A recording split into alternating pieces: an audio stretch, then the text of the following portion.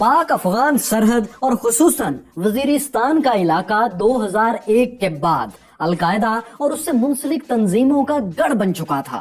Usama bin Laden اور ان کے نائب ایمن الظواہری بھی 2003 سے 4 کے درمیان یہیں پناہ گزین تھے۔ اسی سال القاعدہ اور طالبان کے خلاف پاک فوج نے وزیرستان میں پہلا ملٹری آپریشن شروع کیا تو القاعدہ کے ٹریننگ کیمپس تباہ ہونے لگے۔ اس کے جواب میں القاعدہ نے پاکستان کے لیے ایک خطرناک پلان بنایا۔ اس پلان پر عمل درآمد کے لیے ایک ایسے مذہبی اسکالر کو چنا گیا جو مصری صدر انور السادات کا تختہ الٹنے میں ملوث رہے تھے اور یہی ان کے قتل میں معاونت کے الزام میں گرفتار بھی رہ چکے تھے۔ یہ شیخ عیسیٰ المصری تھے۔ یہ 80 کی دہائی میں سوویت روس کے خلاف جہاد میں افغانستان میں اسامہ بن لادن کے ساتھی رہے تھے۔ اس کے بعد 1990 میں وہ یمن میں بھی مذہبی تعلیم دیتے رہے تھے۔ افغان جہاد کے بعد انہوں نے اسامہ بن لادن کی کافی قربت حاصل کر لی تھی اور القاعدہ کی مرکزی شورا کے رکن بھی بن گئے تھے۔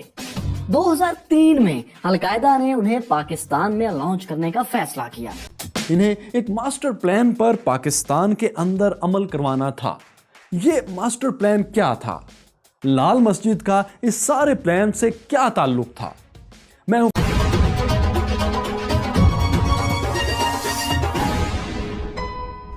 فیصل مسجد کے قیام سے 20 سال پہلے صدر جنرل ایوب خان کے حکم پر اسلام آباد کے بیچوں بیچ ایک مسجد تعمیر کروائی گئی۔ یہ وہ وقت تھا جب پاکستان کا دارالحکومت کراچی سے اسلام آباد شفٹ ہو رہا تھا اور اس کے لیے اسلام آباد کے ماسٹر پلان پر کام جاری تھا۔ جہاں آج پارلیمنٹ ہے اس کے اور لال مسجد جہاں آج ہے ان کے درمیان کوئی عمارت نہیں تھی۔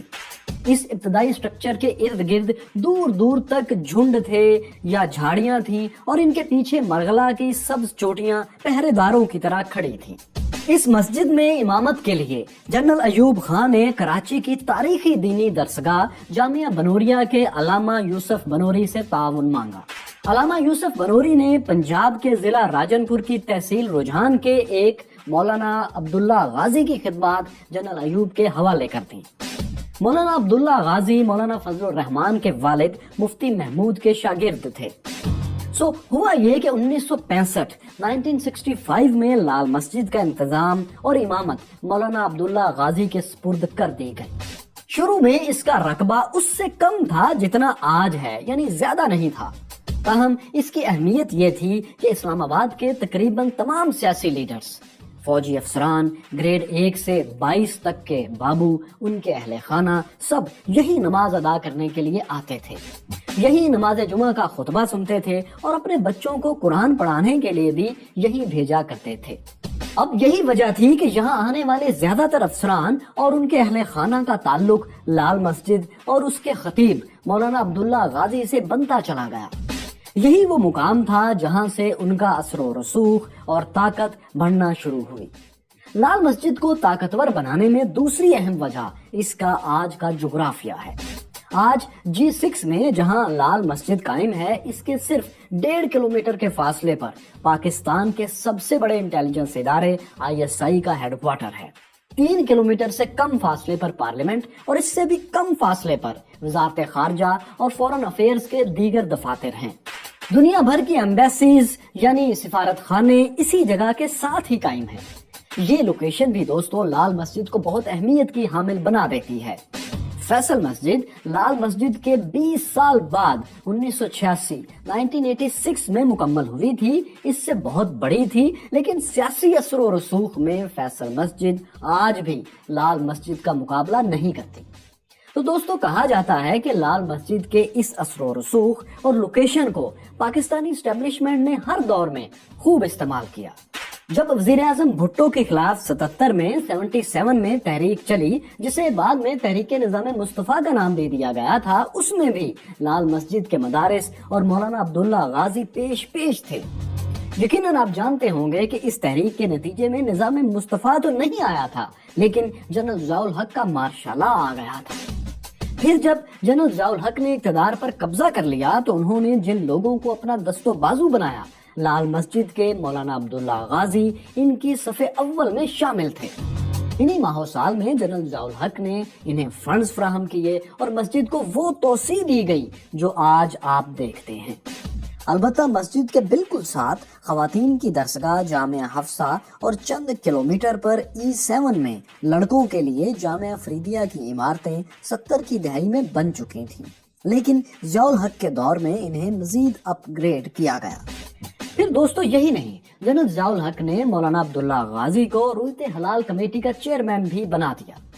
یہ عہدہ پاکستان میں مذہبی کے ساتھ ساتھ سیاسی طاقت کا حامل بھی تصور کیا جاتا ہے۔ اس سے آگے بڑھ کر یہ ہوا کہ حالات نے لال مسجد کو افغانستان میں سوویت روس کے خلاف چلنے والے جہاد میں ایک لانچنگ پیڈ کی حیثیت دے دی۔ اب یہ ایک اوپن سیکرٹ ہے کہ سوویت روس کے خلاف افغان جہاد امریکہ اور سعودی عرب کے 10 ارب ڈالرز کی مدد سے لڑا گیا تھا۔ اس جنگ میں دنیا بھر سے مسلم نوجوانوں کو اسلام کے نام پر جذباتی کر کے سوویت روس کے خلاف افغانستان میں لایا جاتا تھا، لیکن افغانستان لے جانے سے پہلے انہیں پشاور کے یونیورسٹی ٹاؤن کی طرح اسلام آباد کی لال مسجد میں بھی ٹھہرایا جاتا تھا۔ یہی وجہ تھی کہ ان جہاد کے 9 سالوں میں لال مسجد کے رابطے دنیا بھر کے جہادی نیٹ ورک سے بن چکے تھے۔ اسامہ بن لادن اور ایمن الظواہری سمیت افغان مجاہدین اور پھر بعد میں طالبان کے رہنماؤں کا بھی لال مسجد میں آنا جانا معمول کی بات تھی۔ دوستو، مولانا عبداللہ غازی کردار کے بھی غازی تھے۔ وہ خود بھی جہاد کرنے افغانستان گئے اور سوویت روس کے خلاف مجاہدین کے ساتھ مل کر لڑے۔ اسامہ بن لادن سے قریبی تعلق ہونے کے باعث وہ سوویت افغان جنگ کے بعد بھی افغانستان کا سفر کرتے رہے۔ ایسا ہی ایک سفر انہوں نے اکتوبر 1998 میں کیا۔ وہ اپنے بیٹے عبدالرشید کے ساتھ بلوچستان سے منسلک افغان صوبے قندھار گئے۔ یہاں انہوں نے القاعدہ اور طالبان کے سربراہان سے ملاقاتیں کی۔ اسامہ بن لادن سے ملاقات کے بعد جب وہ واپس آنے لگے تو مولانا عبداللہ کے بیٹے عبدالرشید غازی نے اسامہ بن لادن کا گلاس میں چھوڑا ہوا باقی پانی پینا شروع کر دیا۔ اسامہ بن لادن نے پوچھا، آپ یہ کیا کر رہے ہیں؟ غازی عبدالرشید نے جواب دیا، میں آپ جیسا مجاہد بننا چاہتا ہوں۔ ایسا کہا جاتا ہے کہ اس اہم ملاقات میں اسامہ بن لادن نے مولانا عبداللہ غازی کو کوئی خاص پیغام دیا تھا جو انہوں نے اپنے خطبہ جمعہ میں نمازیوں تک یا کسی اور تک پہنچانا تھا۔ بہرحال دوستو، وہ واپس آئے اور اپنے معمول کے کاموں میں مشغول ہو گئے۔ ایک دن وہ لال مسجد سے منسلک درسگاہ جامعہ فریدیہ سے گھر لوٹ رہے تھے کہ دروازے پر انہیں ایک نوجوان نے روکا۔ اس نے سلام کیا، ہاتھ ملایا اور پھر ریوالور نکال کر کئی گولیاں ان کے سینے میں اتار دی۔ یہ منظر ان کی بہو یعنی مولانا عبدالعزیز کی بیوی ام حسان دیکھ رہی تھی۔ انہوں نے جوڈیشل کمیشن کو بعد میں بتایا کہ وہ مارنے والے کے پیچھے بھاگی تھیں، لیکن وہ ایک سفید کار میں فرار ہو گیا۔ ام حسان کے بیان کے مطابق انہیں اس لیے قتل کیا گیا کہ وہ اسامہ بن لادن سے ملاقات میں کچھ پیغامات لے کر آئے تھے جنہیں پاکستانی خفیہ اداروں نے خفیہ رکھنے کے لیے کہا تھا، لیکن مولانا غازی نے اسامہ بن لادن کے پیغام کو لال مسجد میں دوران خطبہ جمعہ لوگوں کے سامنے آشکار کر دیا۔ ان کی بہو کا الزام ہے کہ مولانا غازی کے قتل کی FIR بھی درج نہیں کرنے دی گئی، جبکہ ان کے بیٹے مولانا عبدالرشید کو بھی ایجنسیز نے اٹھا لیا تھا۔ اس کے مقابلے میں دوسری طرف پاکستان میں یہ رائے بھی عام تھی کہ انہیں کسی شیعہ ملیٹنٹ گروہ نے قتل کروایا ہے، کیونکہ مولانا عبداللہ اپنی تقریروں میں شیعہ علماء کے خیالات پر سخت تنقید کرتے تھے۔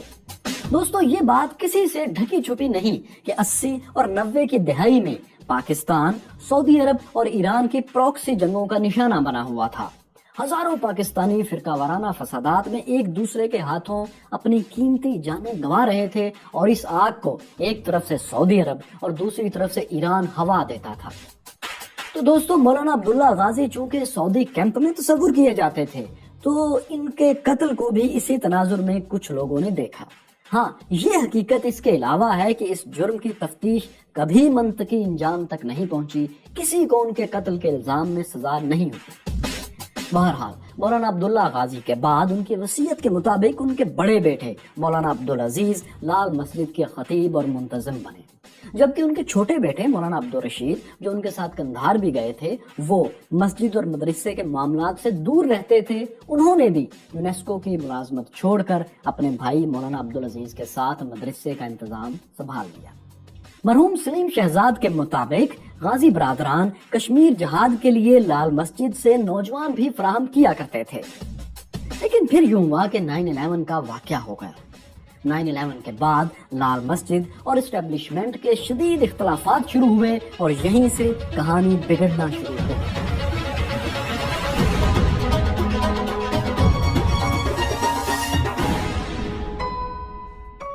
7 اکتوبر 2001 کو امریکہ نے طالبان کے افغانستان پر حملہ کر دیا۔ اس حملے کو آپریشن انڈیورنس فریڈم اور اس جنگ کو وار اگینسٹ ٹیرر کا نام دیا گیا۔ جنرل مشرف کی قیادت میں پاکستان اس so called war against terror میں فرنٹ لائن اتحادی بن گیا۔ اب لال مسجد کو یہ بات کسی طرح قبول نہیں تھی۔ وجہ یہ تھی کہ جن لوگوں کے خلاف جنگ میں پاکستان امریکہ کا اتحادی بن رہا تھا وہ تو سارے کے سارے لال مسجد سے منسلک لوگ تھے۔ پچھلے 20 سال میں وہ لال مسجد کے مہمان یا میزبان بنتے رہے تھے۔ ان سب کے لیے یہیں سے لال مسجد ہی سے تو جہادیوں کی تازہ بھرتیاں ہوا کرتی تھیں، اور ان دنوں تو یہ سب امریکی تعاون سے ہوتا تھا۔ یہی وجہ تھی کہ مولانا عبدالعزیز اور مولانا عبدالرشید اسٹیبلشمنٹ کی اس پالیسی کے سخت ترین مخالف ثابت ہوئے۔ شروع میں تو انہوں نے تحفظ افغانستان کے نام سے ایک تحریک کے ذریعے اپنے جذبات کا اظہار کیا، لیکن اصل مسئلہ ہوا جنوبی وزیرستان کے سب سے بڑے علاقے وانا میں آپریشن کے وقت۔ آپ جانتے ہیں افغانستان میں امریکی حملے کے بعد وہاں سے بڑی تعداد میں القاعدہ اور طالبان رہنما پاکستان کے قبائلی علاقوں میں آ گئے تھے۔ پاکستان نے ان کی پکڑ دھکڑ شروع کی تو پاکستان میں بھی بم دھماکوں کا سلسلہ شروع ہو گیا۔ صدر جنرل پرویز مشرف پر بھی 2 بار خودکش حملے ہوئے۔ وہ تو بچ گئے، لیکن ان حملوں میں بہت سی قیمتی جانیں چلی گئی تھیں۔ ایسے میں پاکستان پر القاعدہ اور طالبان کے خلاف آپریشن کا دباؤ بھی عالمی سطح پر بہت زیادہ تھا۔ پاک فوج نے 2004 میں جنوبی وزیرستان کے سب سے بڑے علاقے وانا میں آپریشن شروع کر دیا۔ یہ آپریشن لال مسجد اور اسٹیبلشمنٹ کا بریکنگ پوائنٹ تھا۔ اس پوائنٹ کو القاعدہ نے ایک ترپ کے پتے کے طور پر سنبھال کر رکھا ہوا تھا۔ اسامہ بن لادن نے اب اسے استعمال کرنے کا فیصلہ کیا اور القاعدہ کے ایک اہم رہنما کے ذریعے لال مسجد کے منتظم مولانا عبدالعزیز کو ایک پیغام بھیجا۔ یہ پیغام کیا ہے؟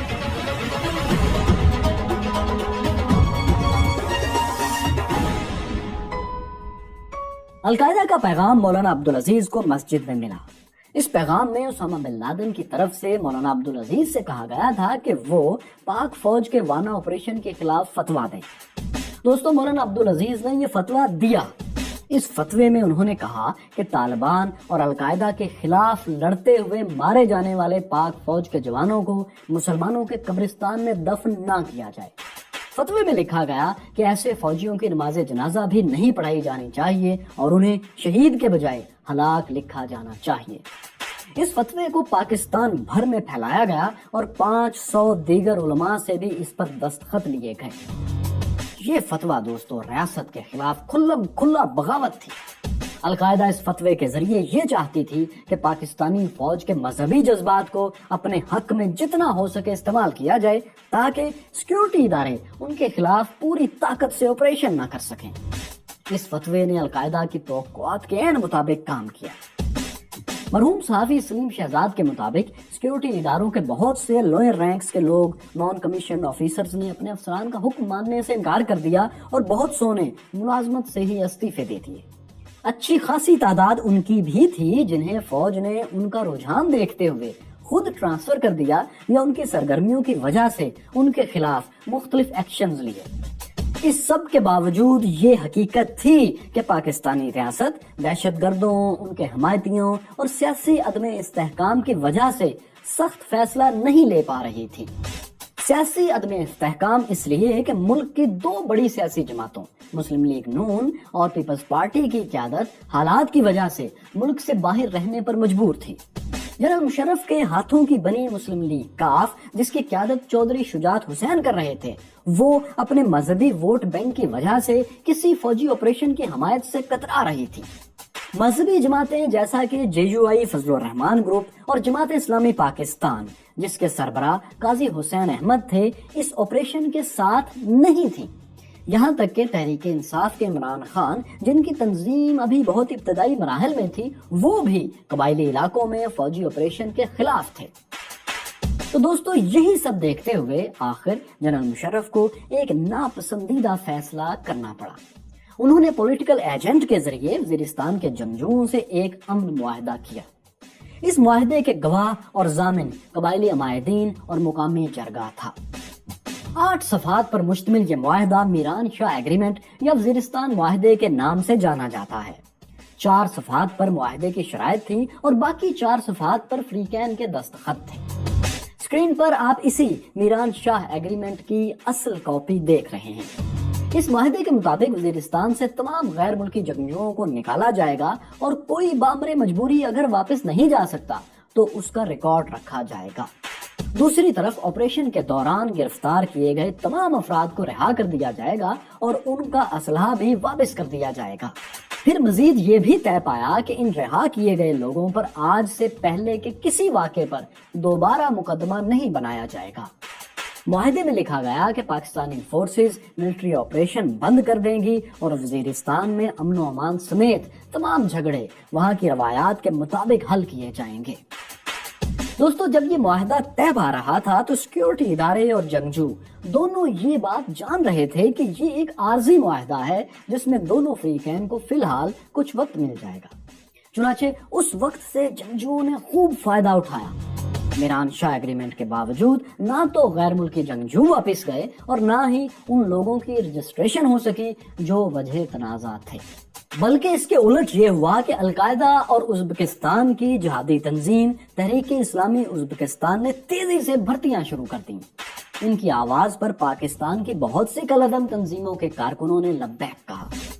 حرکت جہاد اسلامی کے قائد الیاس کشمیری جو کشمیر میں جہادی سرگرمیوں کے لیے وقف تھے، انہوں نے بھی افغانستان میں القاعدہ سے ہاتھ ملا لیا۔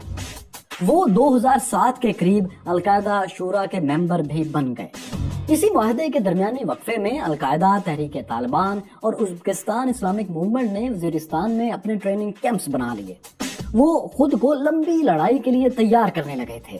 انہوں نے بمباری سے بچنے کے لیے پہاڑوں میں گہری، لمبی اور مضبوط سرنگیں بنانا شروع کر دی تھیں اور وہاں زیادہ سے زیادہ اسلحہ جمع کرنے لگے تھے۔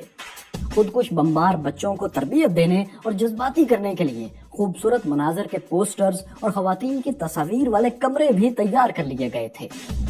یہ الگ بات ہے کہ ان خواتین میں اکثر بھارتی اداکاراؤں اور رقاصاؤں کی تصاویر تھیں۔ پاکستانی انٹیلیجنس ایجنسیز اور CIA مسلسل صدر پرویز مشرف کو بتا رہی تھیں کہ معاملات بگڑ رہے ہیں، فوری کچھ کرنا ہوگا، کیونکہ روز بروز جنگجوؤں کی تعداد بڑھتی جا رہی تھی۔ 2007 تک جنوبی اور شمالی وزیرستان میں 50,000 سے زائد جنگجو جمع ہو چکے تھے۔ فاٹا کا یہ علاقہ غیر بن چکا تھا اور پاکستان کا حصہ ہونے کے باوجود یہاں پاکستانی ریاست کی ریٹ ختم ہو چکی تھی۔ تحریک طالبان پاکستان کے بانی کمانڈر بیت اللہ محسود نے اس علاقے کو امارات اسلامی وزیرستان کا نام دے کر اپنی اسلامی ریاست قائم کر لی تھی۔ کہا جاتا ہے کہ القاعدہ نے انہیں کئی ملین ڈالرز بطور قرض اسی کام کے لیے دیے بھی تھے۔ القاعدہ سربراہ اسامہ بن لادن، ان کے نائب ایمن الظواہری اور تحریک اسلامی ازبکستان کے سربراہ قاری طاہر بھی وزیرستان ہی میں تھے۔ امریکہ اور پاکستانی انٹیلیجنس ان کے خلاف آپریشن چاہتی تھی تاکہ یہ لوگ پاکستان میں اپنے ایجنڈے پر عمل نہ کر سکیں۔ اسی لیے CIA اور ISI نے حکومت پاکستان کو القاعدہ کے ان تمام ایسٹس کی تفصیلات فراہم کی جو پاکستان میں موجود تھے۔ اب یہ ایسٹس کیا تھے؟ غازی برادران سے مصری القاعدہ رکن شیخ عیسیٰ نے کیا مطالبہ کیا؟ القاعدہ کے رکن نے قاضی حسین احمد، ڈاکٹر اسرار احمد اور حافظ سعید سے ملاقاتیں کیوں کی؟ یہ سب آپ کو دکھائیں گے، لیکن ہسٹری آف پاکستان کی اگلی قسط میں، جس کے لیے آپ